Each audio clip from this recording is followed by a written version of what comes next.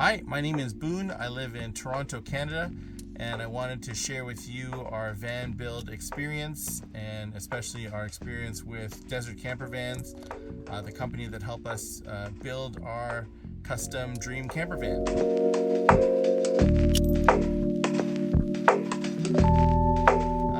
I'm married, and my wife and I have 3 kids, 3 young boys aged 3, 5, and 7.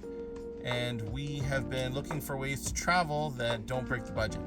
And recently we went on a trip internationally and it was very expensive. And so we were looking for ways to cut down on costs and also to offer a different experience of travel for the kids. So we realized that traveling by land was far more economical than traveling by air for the most part, especially if you could keep your costs down in terms of accommodations and with food. So we entered the camper van scene quite interested to see what was offered, and we did start by renting a camper van from a camper van builder, but this was a 4-seat camper van, and it really could sleep 4 at the most in a single bed platform. So we had 5.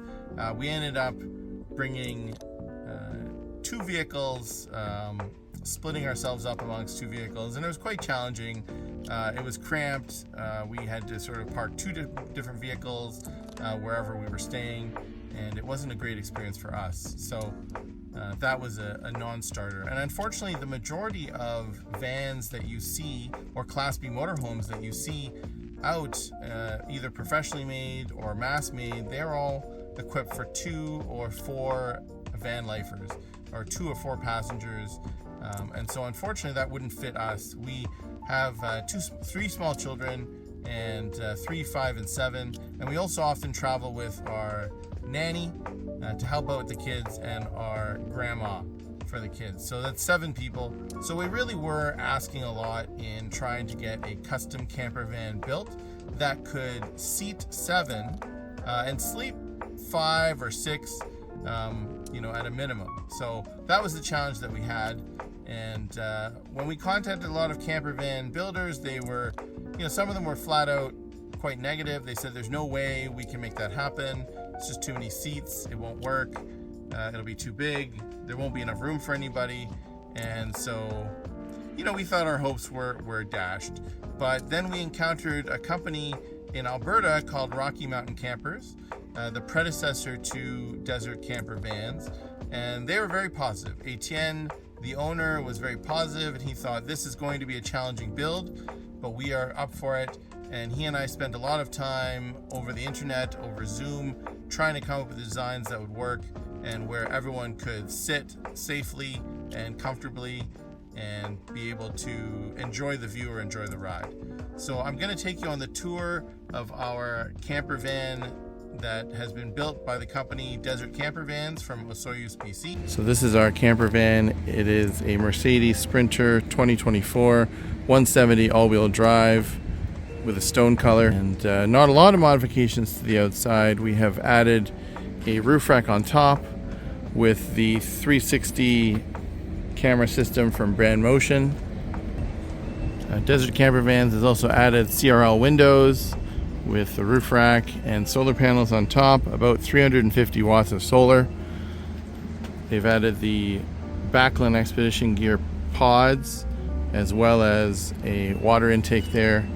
And I'm just very happy with the Backlund Expedition Gear side steps. They're great to step on, especially for small kids.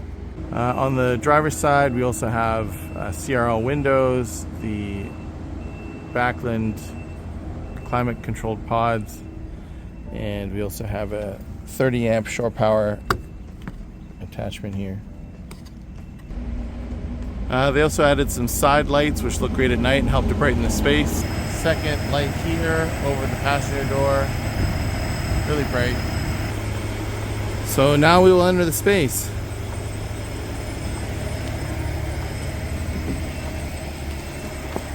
I'll shut the door because it's a bit loud outside.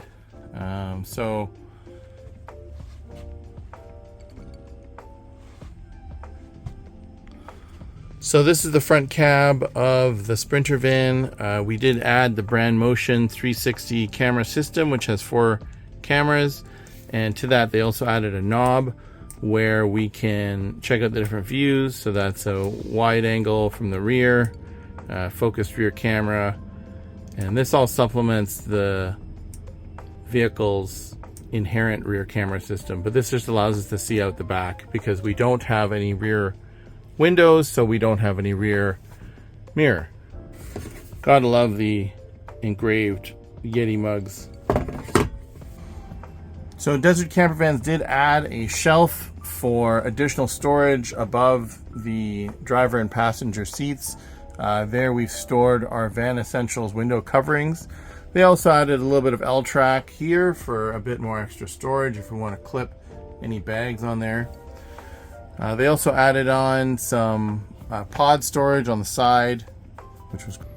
For the seating, we have 3 seats. They're all smart floor seats. They have the quick release bases that allow for easy removal and replacement. We really wanted this because we wanted the van to be modular in order to allow for additional people to join or not to join as needed. In the ceiling over the passenger seats, there is a Max Air fan with a Van Essentials cover. On this side, we have the Van Essentials cargo storage, which they've mounted to the roof and the sidewall. We have our sink and cutting board, as well as a couple of small cabinets, fire extinguisher, small garbage can. This is a cutting board that goes into a fairly deep sink. And inside this drawer is our Bouge RV CRD 55 fridge and freezer combo. This is powered off the 12-volt system, but also we have an extra battery. To show you our bathroom and shower, we have a Julka Gotta Go toilet. This seemed to be a good mix of cost and function. And then we do have a shower as well on top, also with helpful L-track systems. So this is the back of the van. We wanted to show you here, we have our Victron power system showing our charging in and out.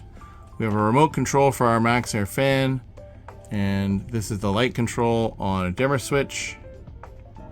As well, this switch controls the exterior lights, and this one controls the light over the bathroom, like so. Then we have our 4th and 5th seats here. Those are also modular and can be removed. The vision was if someone wanted to not come on the trip, we could remove this entirely and add a cabinet for storage by connecting to the L-track system below. Moving forward to this panel, we have our S-bar heater, which is connected to our floor heating system as well. So we have both air and floor heating, and we have a fan that keeps the temperature modulated. We have a switch for the water pump, a switch for gray dumping, our gray tanks, and a heating button too if we want to keep our tanks warmer in the winter time so they don't freeze. In this cabinet, we've got our small microwave and TV remote. And this is basically our big cabinet storage for the van. In it, we've got a lot of bedding, but it's normally meant to hold kids' clothes, adult clothes. And this comes to, now we come to the back of the van. So we have a TV mounted, and then our final rear seat in the back. We have a cab bunk system on the floor as well to allow for additional sleepers in the front if they want to swivel around the front seats.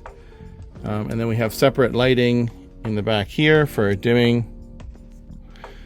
We have some mesh nets on the side for additional cargo storage, and then a TV in the back, which is on a swivel. On the right, we have our electrical systems, and on the left, we have all of our water systems. You will note that the headroom is pretty small, but thankfully, myself and my family are not of particularly tall stature. I'm about 5'9" on a good day, so this is just enough room for me. This television is on a swivel, and it can swivel around. It does need to be placed out of the way, so it is stored here most of the time.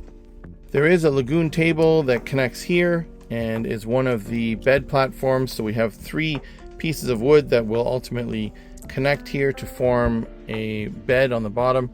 where these two cushions will then form the center of the bed in this region. So this here represents the reason why we're able to fit our entire family into this van. There is a switch, and this allows for the elevator bed to drop. Now it can drop all of the way like this, and that's where it would normally sit, and this is probably ideal for 2 people, as you can just climb on the bed and you have plenty of headroom. And you might be able to watch a little bit of TV and have some window space as well. For our purposes, since we sleep people in both the top and the bottom bunks when we're traveling as a big group, it's nicer to be able to raise the head up a little bit. So far we've gone at about this height, which gives enough room at the bottom and enough room at the top for everyone to sleep comfortably. When everyone's done with the bed for the day, what we can do is mostly lay everything flat. We went with sleeping bags and pillows because it turned out to be pretty cold in early April in Winnipeg when we picked up the van. But we will raise it up.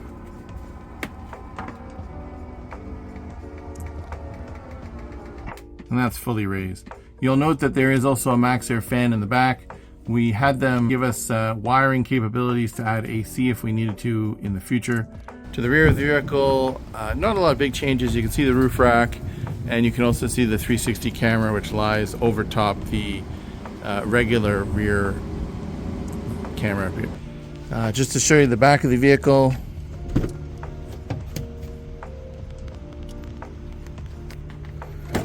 Here's my sleeping bag. So we have the television here, the 5th seat that is removable through the quick release controls, and then we have our breaker panel here. This controls all of the 120 volt circuits that we have, one additional 110 volt outlet, and then we actually wanted additional options for solar. This is if it was a really nice day, we wanted to be able to put out some panels and have the option of plugging in. So they actually kindly added some plugs where we can plug into the solar controller if on a nice day we have some room for additional paneling. On the other side we have some more winterized controls. Here's what the van looks like from the outside with the bed up all the way and TV and rear seat mounted. So we did realize that this was a pretty ambitious project, but we are really happy with how everything turned out with Desert Camper Vans, the amount of time they were willing to put into it, how they listened to all of our concerns, and really tried to make everything happen. And I can't speak enough for the number of times I would have an idea and say, well, what about this? And Etienne would entertain it and say, you know, there's a way, let's try and make this happen. And so they were able to incorporate all of our ideas into customizing essentially the van of our dreams. There are a few things that still need to be worked out. There are always some kinks that you find when you take your van on your first trip. So there are definitely some things that we need to work on and improve a little bit. And it's been great being able to stay in contact with the company, and they're still providing us support even though they're all the way across the country.